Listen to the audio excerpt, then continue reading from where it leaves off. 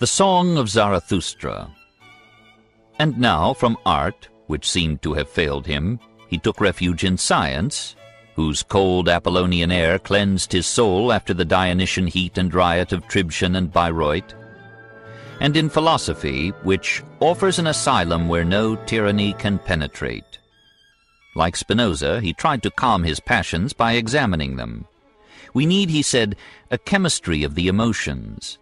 And so, in his next book, Human All Too Human, 1878-80, he became psychologist and analyzed with a surgeon's ruthlessness the tenderest feelings and the most cherished beliefs, dedicating it all bravely in the midst of reaction to the scandalous Voltaire. He sent the volumes to Wagner and received in return the book of Parzival. They never communicated again. And then, at the very prime of life, in 1879, he broke down physically and mentally and sank into the vicinity of death. He prepared for the end defiantly. "Promise me," he said to his sister, "that when I die only my friends shall stand about my coffin, with no inquisitive crowd. See that no priest or anyone else utter falsehoods at my graveside, when I can no longer protect myself, and let me descend into my tomb as an honest pagan." But he recovered, and this heroic funeral had to be postponed. Out of such illness came his love of health and the sun, of life and laughter and dance, and Carmen's music of the South. Out of it, too, came a stronger will, born of fighting death, a yea-saying that felt life's sweetness even in its bitterness and pain, and out of it perhaps a pitiful effort to rise to Spinoza's cheerful acceptance of natural limitations and human destiny. "My formula for greatness is amor fati, not only to bear up under every necessity, but to love it." Alas, it is more easily said than done. The titles of his next books, The Dawn of Day, 1881, and The Joyful Wisdom, 1882, reflect a grateful convalescence. Here is a kindlier tone and a gentler tongue than in the later books. Now he had a year of quiet days, living modestly on the pension his university had given him. The proud philosopher could even thaw into a pretty frailty and find himself suddenly in love. But Lou Salome did not return his love. His eyes were too sharp and deep for comfort. Paul Ray was less dangerous and played Dr. Pagello to Nietzsche's de Musset. Nietzsche fled in despair, composing aphorisms against women as he went. In truth, he was naive, enthusiastic, romantic, tender to simplicity.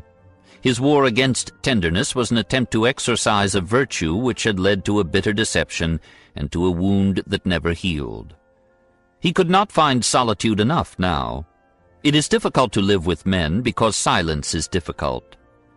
He passed from Italy to the heights of the Alps at Sils Maria in the Upper Engadine, loving not man nor woman neither, and praying that man, capital M, might be surpassed.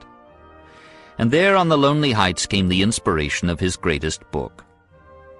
I sat there waiting for nothing, enjoying, beyond good and evil, now the light, now the shade. There was only the day, the lake, the noon, time without end.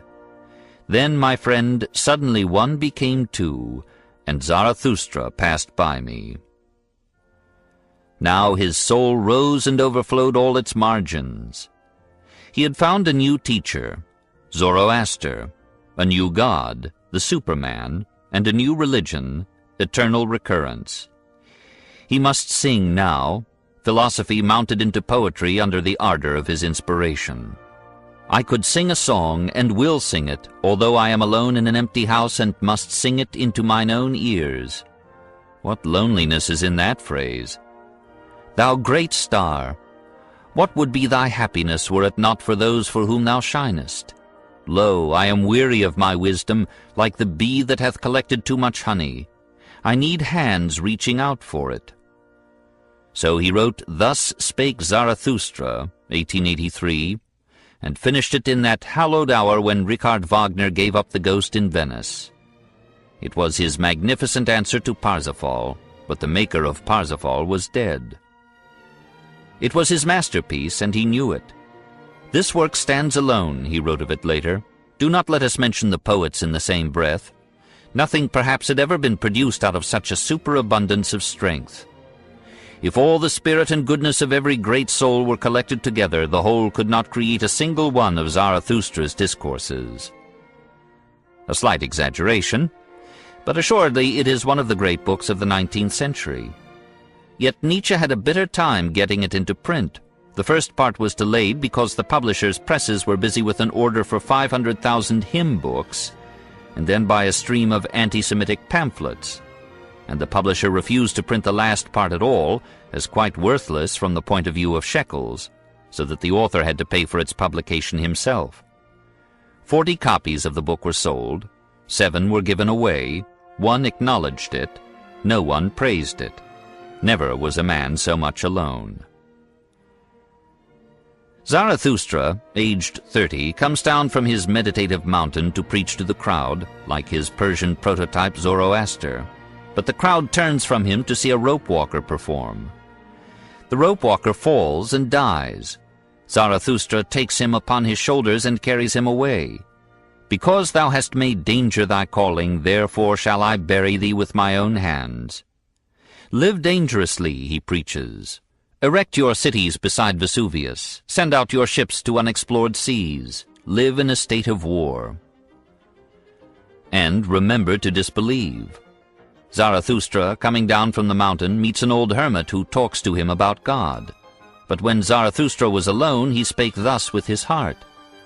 Can it actually be possible? This old saint in his forest hath not yet heard aught of God being dead. But of course God was dead, all the gods were dead. For the old gods came to an end long ago, and verily it was a good and joyful end of gods.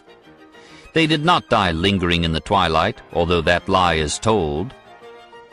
A hit at Wagner's Götterdämmerung. On the contrary, they once upon a time laughed themselves unto death.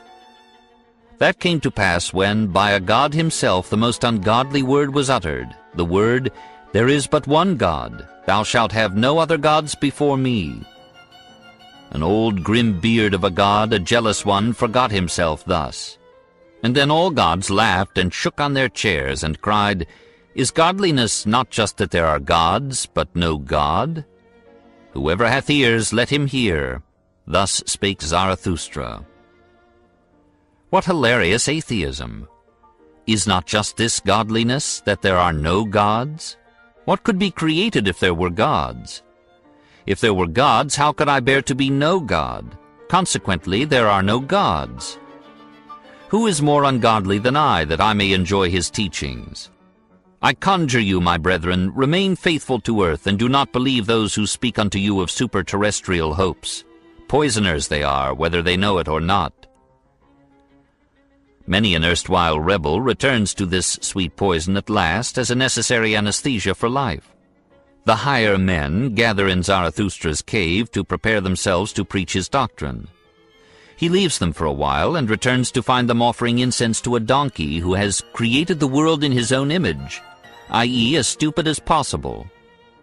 This is not edifying, but then, says our text, He who must be a creator in good and evil, verily he must first be a destroyer and break values into pieces. Thus the highest evil is part of the highest goodness, but that is creative goodness. Let us speak thereon, ye wisest men, however bad it be. To be silent is worse, all unuttered truths become poisonous, and whatever will break on our truths, let it break. Many a house hath yet to be built. Thus spake Zarathustra. Is this irreverent? But Zarathustra complains that nobody knoweth any longer how to revere, and he calls himself the most pious of all those who believe not in God. He longs for belief and pities all who, like myself, suffer from the great loathing, for whom the old God died, and no new God yet lieth in cradles and napkins. And then he pronounces the name of the new God.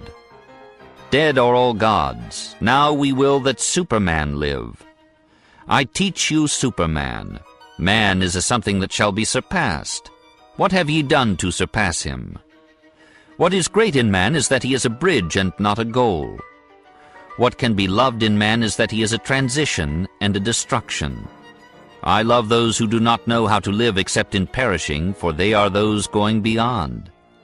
I love the great despisers, because they are the great adorers. They are arrows of longing for the other shore.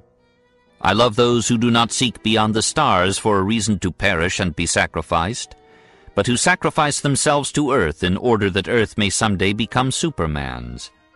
It is time for man to mark his goal. It is time for man to plant the germ of his highest hope. Tell me, my brethren, if the goal be lacking to humanity, is not humanity itself lacking?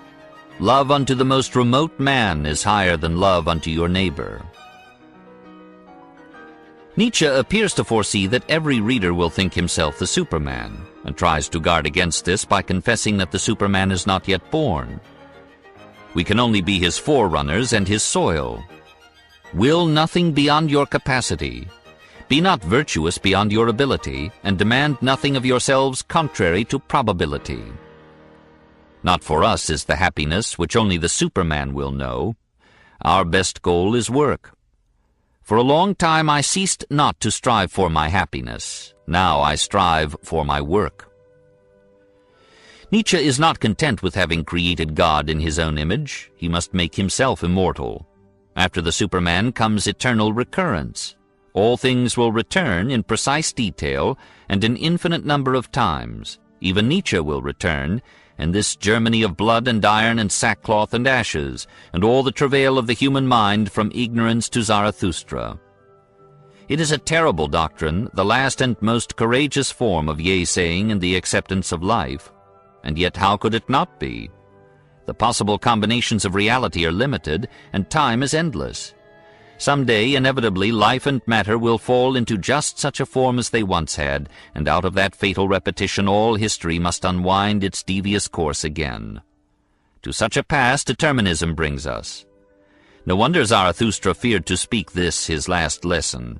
He feared and trembled and held back until a voice spoke to him. What matter about thyself, Zarathustra? Say thy word and break in pieces.